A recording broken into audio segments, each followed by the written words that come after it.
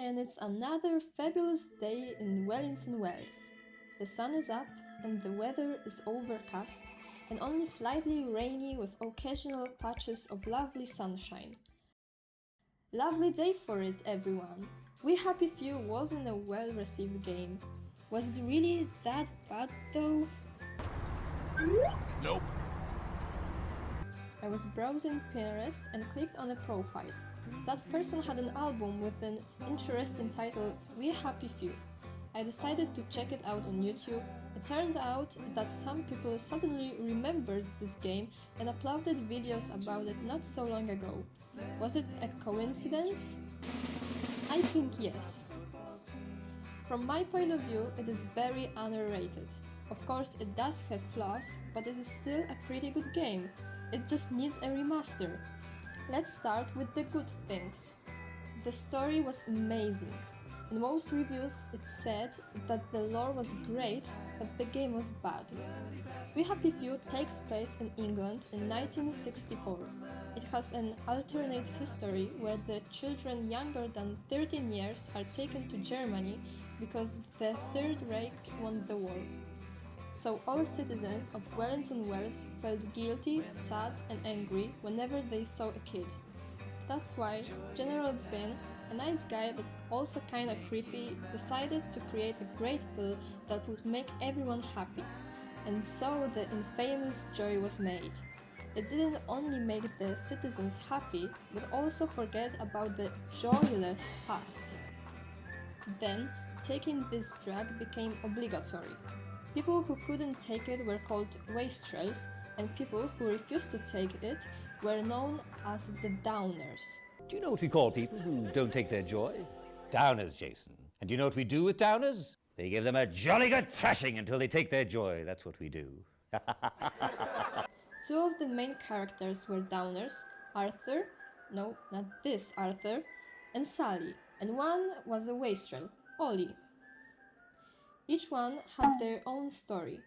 Arthur wanted to escape Wellington, Wales to find his brother Percy. Sally wanted to escape to protect her daughter, Ollie to spread the truth about Joy to people. Isn't the idea of Joy astonishing? For a game made by a small studio in 2016, the graphics were pretty good. I just wish the NPCs would have different faces, but we have to accept the fact that Compulsion Games isn't as big as Rockstar or CD Projekt Red. I love open worlds, so they did happy me with it. However, many players complain about it and I get it why. But we will talk about this later. The creators did a good job with the soundtrack too. They even made a band called the Makebelieves. Have you seen the Kickstarter video? It was awesome. I love how they used the Uncle Jack character and his humor. Also, he was really cool. You gotta appreciate him. I felt bad for the guy when we discovered what Ollie did to his daughter. Damn, it wasn't nice. What could go wrong then?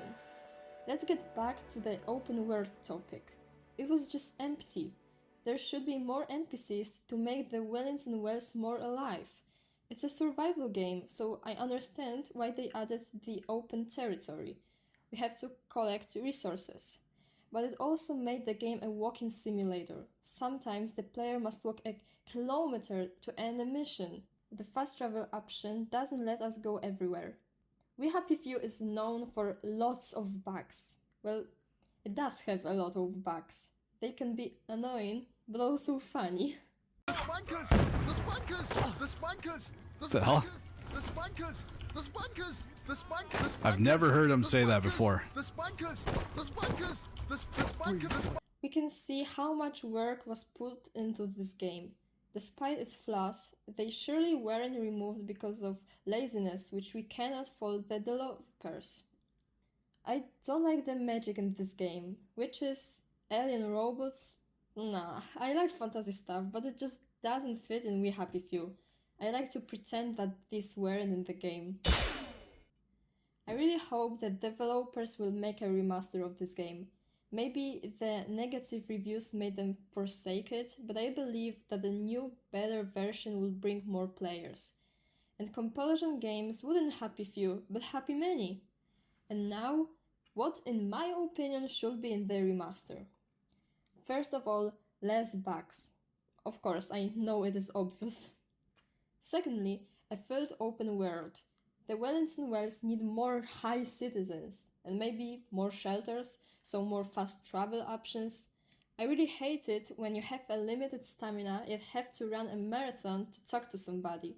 I don't demand new quests to unlock new shelters, but we could just find them by ourselves, since there is an open world. Oh gosh, please polish the joy doctors. They should be more dangerous. I hated that you usually must come close to them so they would sniff you and discover you're a downer. They should smell you when you are kinda more far away than half a meter. Also, they should have used the concept from the trailer. Why immediately kill someone if you can force them to take joy? The babies in the places with doctors could call them, and vice versa. And if there were only babies, then they could beat Arthur until he becomes unconscious. After waking up, he may be a little on joy because they may have fed him with a pill. You remember what Uncle Jack said, right? They give them a jolly good thrashing until they take their joy. That's what we do. It would make the gameplay even harder due to the withdrawals and memory loss. During a combat, you can just run away and hide in a trash can. They should start attacking you when you resist, but resisting can't be too easy. They are stronger after all, right?